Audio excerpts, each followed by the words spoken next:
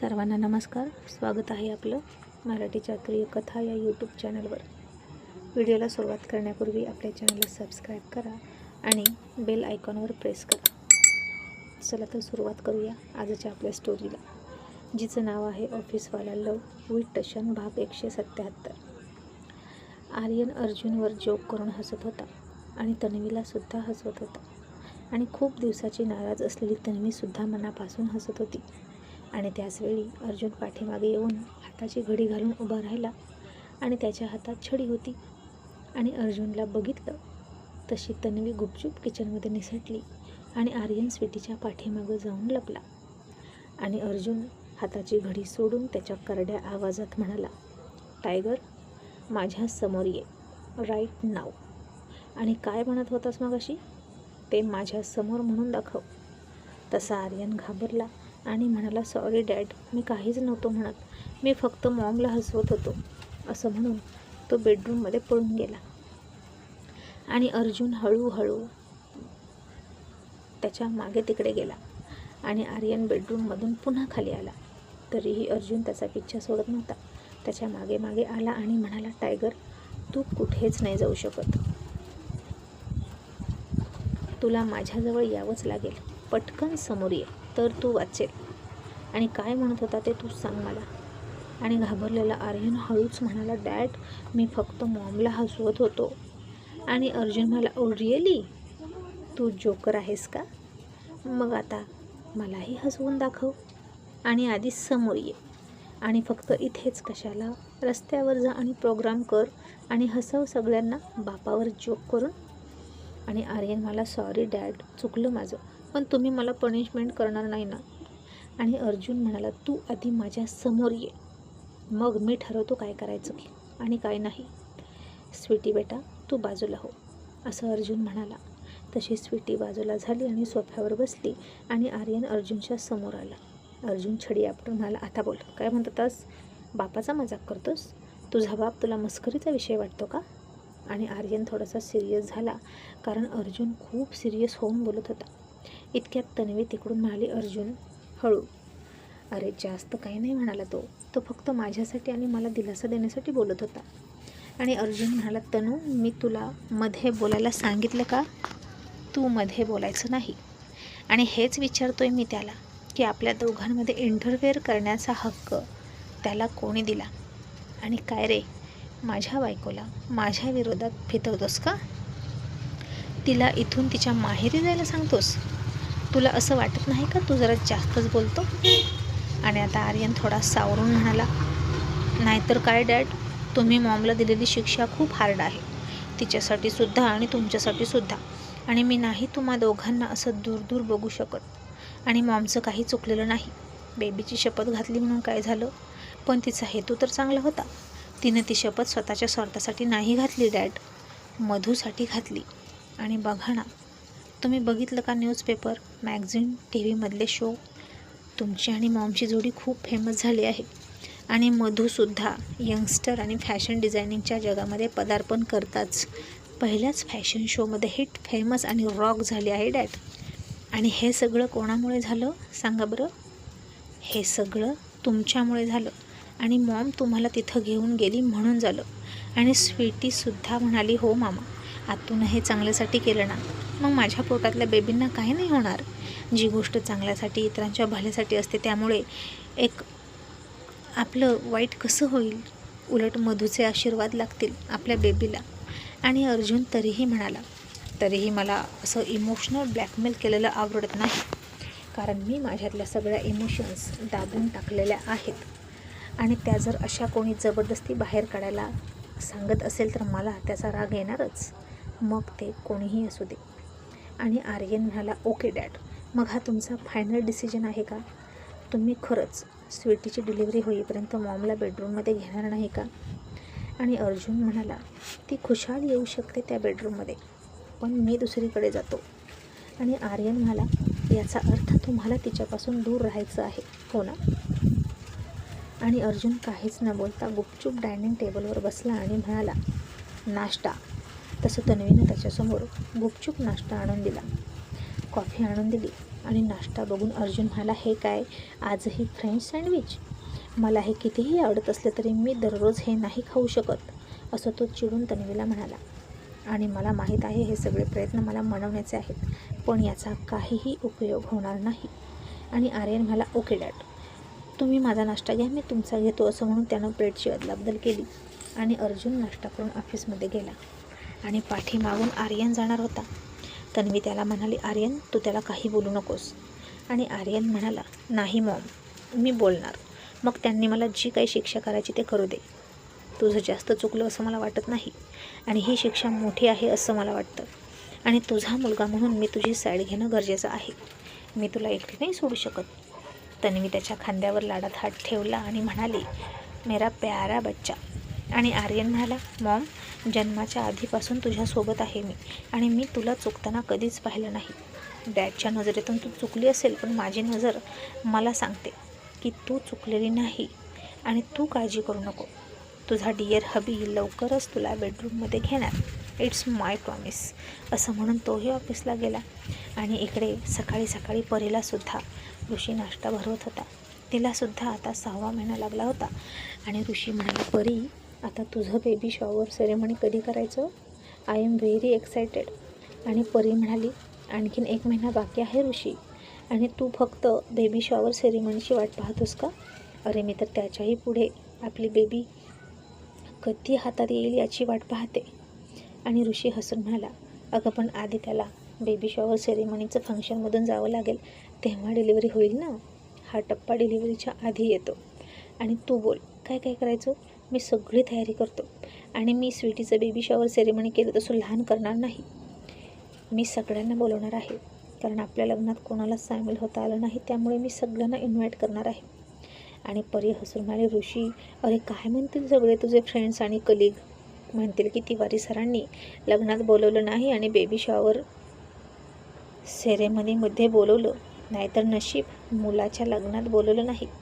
आणि सगळेजण या गोष्टीबद्दल तुला सॅल्यूट करतील बरं का. तसा ऋषी हसला आणि म्हणाला, ॲब्सोल्युटली राईट. आणि तो तिला भरवायला लागला. आणि परीसुद्धा त्याला भरवत होती. इतक्यात त्याचे पुन्हा फोनवर फोन वाजायला लागले. आणि शेवटचा घास तिला चारता चारता आणि स्वतःही खाता खात तो उठला. कपडे घालत घालत ओरडूनच तिला सगळ्या सूचना देत होता की दिवसभर तू स्वतःची काळजी कशी घ्यायची, दगदग करू नको, इकडे तिकडे जास्त फिरू नको, बेडवरून उठू नको, मम्मी जे देईल ते सगळं खायचं, अशा रोजच्या सूचना तो देत होता. आणि परीसुद्धा त्या रोजच्या सूचना असूनही तिला तोंडपाठ झाल्या होत्या.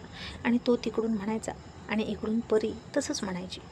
दोघांची बडबड एक साथ सुरू होती आणि सेम टू सेम दोघेही बोलत होते.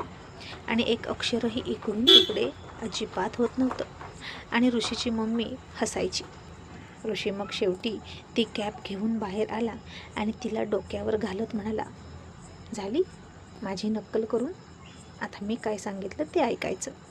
आणि परीनं सुद्धा त्याला सॅल्यूट केला आणि म्हणाली, यस सर. आणि दोघे हसायला लागले. आणि ऋषी ऑफिसमध्ये गेला आणि इन्स्पेक्टरला फोन करून म्हणाला, मिस्टर मोनेच्या फाईलचं काय झालं inspector? Any new update and any progress in this case? आणि इन्स्पेक्टर म्हणाले, नो सर, काहीच पत्ता लागत नाही आणि हे कोणी केलं काही कळायला मार्ग नाही. आणि ऋषी म्हणाला, तुम्ही तुमच्या तपासाची पद्धत चेंज करा इन्स्पेक्टर. खुनी शातीर आहे, ज्या अर्थी इतक्या शिथापीनं आणि सफाईदारपणे त्याचा खून केला आहे, त्या अर्थी तो हुशार आहे. आणि नेहमीची जुनी तपासाची पद्धत वापरू नका. तुम्ही तुमची तपासाची पद्धत बदला. आणि आणखीन काही इन्स्पेक्टर सोबत हवे असतील तर मागा. आणि ते इन्स्पेक्टर म्हणाले, नो सर, थँक्यू, पण मी नक्कीच माझ्या तपासाची पद्धत बदलतो, असं म्हणून ऋषीला सॅल्यूट करून ते गेले. आणि कोण असेल मिस्टर मोनेचा खुनी आणि त्याला मारून कोणाचा फायदा होणार असेल असा प्रश्न ऋषीला पडला. आणि ऋषीसारख्या हुशार पोलीस ऑफिसरचं डोकंसुद्धा काम करत नव्हतं, याचा अर्थ आर्यनने हे काम खूपच सफाईदारपणे केलं होतं. आणि आता इकडे अर्जुन ऑफिसमध्ये होता आणि आर्यनने अतुलला हळूच बोलवून घेतलं आणि म्हणाला, अंकल, आता डॅड खूप चुकत आहेत बरं का. त्यांनी मॉमला चक्क बेडरूमच्या बाहेर हाकलण्याची शिक्षा दिली. And it's not done. आणि अतुल म्हणाला, काय असं केलं का त्यांनी? ओ माय गॉड, या अर्जुन सरांचं पण ना काय करावं ते कळत नाही. आणि आर्यन म्हणाला, यस अंकल. आणि हे तेव्हापासून सुरू आहे जेव्हा मधूचा फॅशन शो झाला होता त्या दिवशीपासून. कारण मॉमनं माझ्या बेबीची शपथ घातली म्हणून ते चिडलेत. आणि आता डॅडचा मूड चेंज करण्याचं काम तुमचं. काहीही करून त्यांना मॉमसोबत बोलायला लावा.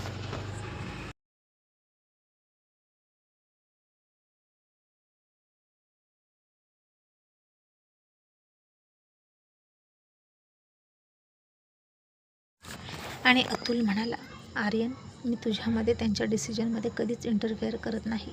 पण आता असं वाटते की मी बाहेरून काहीतरी प्रयत्न करू शकतो. तुझ्या मॉमला आणि डॅडला कुठेतरी एकटं पाठवलं पाहिजे, जेणेकरून त्या दोघांना एकमेकांशिवाय पर्याय नसेल आणि ते बोलायला लागतील. आणि आर्यन म्हणाला, अंकल, आयडिया चांगली आहे, पण आता मॉमशी बोलतसुद्धा नाहीत, तिथं ते तिच्यासोबत बाहेर जातील का? No, never. आणि अतुल म्हणाला, ते मी बघतो. काहीतरी बहाणा शोधून काढला पाहिजे आणि मी विचार करतो, असं अतुल म्हणाला. आता पुन्हा संध्याकाळ झाली. सगळ्यांचा डिनर झाला आणि तन्वीशी जास्त काही न बोलता अर्जुन बेडवर जाऊन झोपला त्याच्या ठिकाणी. आणि तन्वी सोफ्यावर झोपण्याची तयारी करणार इतक्यात आर्यन आला आणि अर्जुनला ऐकायला जाईल इतक्या जोरात म्हणाला मुद्दाम, मॉम, तू चल बरं, आमच्या बेडरूममध्ये झोप. एकटी नाही झोपायचं तू, आम्ही आहोत ना तुला, तू चल. तसंही स्वीटीची डिलिव्हरी झाल्यानंतर तुला तिथं थांबावंच लागेल की नाही, दोन बेबी सांभाळण्यासाठी. तर आत्तापासूनच तू तिकडं चल. असं एकटं सोफ्यावर झोपण्याची काही गरज नाही. मला खूप वाईट वाटतं तुला अशा अवस्थेत बघून. बाकी कोणाला तुझी चिंता आहे की नाही मला माहीत नाही, पण मॉम, मला तुझी चिंता आहे. आता अर्जुन हे ऐकत होता आणि मनातच म्हणाला, मॉमचा चमचा आला लगेच इंटरफेअर करायला आणि याच्यामुळे ना तनू कधीच सुधारणार नाही. आणि तन्वी आर्यनला म्हणाली, आर्यन, अरे मी तुमच्या बेडरूममध्ये कशी झोपेल, ते चांगलं नाही वाटत आणि तू माझी साईड घेऊ नकोस. आर्यन म्हणाला, का नाही चांगलं वाटत? आणि मलाही कळतं मॉम, कोण चूक कोण बरोबर. जेव्हा तू डॅडवर जास्त चिडतेस तेव्हा मी त्यांचीसुद्धा साईड घेतो. तुझ्या रागापासून त्यांना वाचवतो, खोटं बोलतो त्यांच्यासाठी. मग आता तू बरोबर असताना मी तुझी साईड का नाही घ्यायची? मला तुम्ही दोघेही सारखे आहात, तू चल बरं. असं म्हणून, आज ना बेबी खूप जंप करत आहे स्वीटीच्या पोटात, चल ना मज्जा बघायला. असं म्हणून तो तन्वीला त्याच्या रूममध्ये घेऊनच गेला आणि म्हणाला, मॉम, बघ ना बेबी कसे स्वीटीला लात मारतात. असं म्हणून तिघेही हसत होते. स्वीटीचे बेबी खरंच जंप करत होते, त्यांना हात लावायला मजा वाटत होती. आणि अर्जुन आता बाहेर बघत होता. त्याला सवय होती तन्वीला बघत झोपायची आणि हा टायगर तिला का घेऊन गेला म्हणून तो आर्यनवर चिडला. तो जर असं करत राहिला तर तनूला कसं कळेल की तिनं जी शपथ घातली होती ती चुकीची होती. आणि आता वरच्या बेडरूममधून खूप हसण्याचे आवाज यायचे आणि त्यांचा तो सगळा आनंद बघून अर्जुनलासुद्धा इथे थांबूच वाटेना एकट्याला. आणि त्याच्या फॅमिलीसोबत आपण तिथं असावं असं त्याला वाटायला लागलं. आणि तो आर्यनच्या बेडरूमच्या बाहेर जाऊन उभा राहिला आणि त्या सगळ्यांना हसताना बघून हसत होता. आणि त्यालाही वाटायचं की स्वीटीच्या पोटाला हात लावावा, बेबी कसे जंप करतात ते बघावं. पण आता अक्कूड अर्जुन सर पुढे जात नव्हते. तन्वीनंच त्याला बघितलं आणि म्हणाली, अर्जुन, अरे ये ना, तूही बघ बेबी कसे जंप करतात, खूप नटे आहेत बरं का. आर्यनने हात लावला तर जंप करत नाहीत आणि मी हात लावला की जंप करतात. त्यांना कसं कळत असेल रे? आणि अर्जुन तोंड वाकडं करत म्हणाला, नको, तुम्हीच बघा. तसंही आता माझे निर्णय या घरात कोणाकोणाला आवडत नाहीत. असं म्हणून अर्जुन खाली गेला आणि तन्वी आर्यनला म्हणाली, आर्यन, तू आम्हा दोघांच्यामध्ये बोलायचं नाही. अर्जुन तुझ्यावर नाराज झालेला मला चालणार नाही. आणि आर्यन म्हणाला, कुठपर्यंत? मॉम, कुठपर्यंत डॅड माझ्यावर नाराज राहतील? डोंट वरी, पण तू आज इथे झोपणार आहेस, मी खाली झोपतो. असं म्हणून त्यानं आग्रह करून तन्वीला तिथेच झोपवलं. आणि आजची रात्र तन्वीला खायला उठली नाही. तिची रात्र आनंदात गेली. आणि सकाळी उठल्या अतुलला फोन आला त्याच्या मामाचा. आणि एका कार्यक्रमात नेहाला आणि त्याला निमंत्रण दिलं होतं. आणि अतुलच्या डोक्यात लगेच काहीतरी प्लॅन शिजला आणि तो नेहाला म्हणाला, नेहा, अगं रक्षाबंधन येते, त्यानिमित्तानं ऑफिसलाही सुट्टी असते 2 दिवस आणि कोल्हापूरच्या मामानं बोलवले कार्यक्रमाला. तुझा स्वभाव त्यांना आणि त्यांच्या सुनांना खूप आवडला बरं का, तर आपण जाऊया ना? आणि नेहा लगेच खुश होत म्हणाली, हो का, मग जाऊया, नक्की जाऊया. मला तर ना फार आवडतं कोल्हापूर, किती हिरवीगार ऊसाची शेती आहे ना तिकडं. मागच्या वेळी तू मला तिकडं घेऊन गेला होता आणि मला फार आवडलं. आणि अतुल म्हणाला, मी काय म्हणतो नेहा, यावेळी आपण अर्जुन सर आणि तन्वी मॅडमना सोबत घेतलं तर? आणि नेहा हसून म्हणाली, अतुल तू डोक्यावर पडलास का? अरे सुट्टी दिवशी स्वित्झर्लंड, पॅरिस अशा ठिकाणी जाणारी ती मंडळी कोल्हापूरला कशाला येतील? आणि त्यांना तिथे कम्फर्टेबल वाटेल का तरी?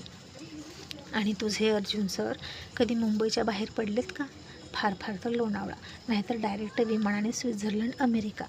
हा पण मी तन्वी मॅडमची खात्रीनं सांगू शकते, कारण त्यांना सगळ्या गोष्टींमध्ये रमायला आवडतं. साध्या साध्या गोष्टींमध्ये त्या एन्जॉय करतात. पण तुझे अर्जुन सर तिकडच्या वातावरणात येणं मुश्किल आहे. आणि अतुल म्हणाला, नेहा अगं तेच तर म्हणतोय. सध्या तन्वी मॅडम अर्जुन सरांमध्ये ताणतणाव सुरू आहेत. आपल्या मधूसाठी तन्वी मॅडमने रॅम्प वॉक केला असं म्हणून अतुलनं तिला सगळं सांगितलं आणि म्हणाला, या दोघांना जर एकत्र आणायचं असेल ना तर मुंबईमधून बाहेर काढूया आणि त्यांना जरा एकांत मिळू द्यावा. आणि नेहा हसून म्हणाली, खरं तर हे खूप फनी आहे बरं का अतुल. हे दोघे इतके एकमेकांसाठी क्रेझी आहेत, लव बर्ड्स आहेत की त्यांना आठवण करून द्यावी लागते की तुमच्या आसपास इतर लोक आहेत, त्यांच्याकडे पण बघा. आणि आता अर्जुन सर तन्वी मॅडमवर इतके चिडलेत, मला विश्वास बसत नाही. पण चल असू दे, तू अर्जुन सरांना पटव, मी तन्वी मॅडमना पटवते आणि आपण चौघं जाऊया कोल्हापूरला. आणि अतुल म्हणाला, thank you so much Neha, love you baby. असं म्हणून अतुलनं चक्क नेहाच्या गालाला ऑफिसला जाता जाता आज पप्पी घेतली आणि निघून गेला. आणि नेहा हसून म्हणाली, ही पप्पी माझ्यासाठी नव्हती अतुल, मित्रासाठी होती, मला चांगलंच माहीत आहे. असं म्हणून हसायला लागली. तर मग आता अर्जुन सर पटकन तयार होतील का कोल्हापूरला जाण्यासाठी? हे बघूया पुढच्या एपिसोडमध्ये.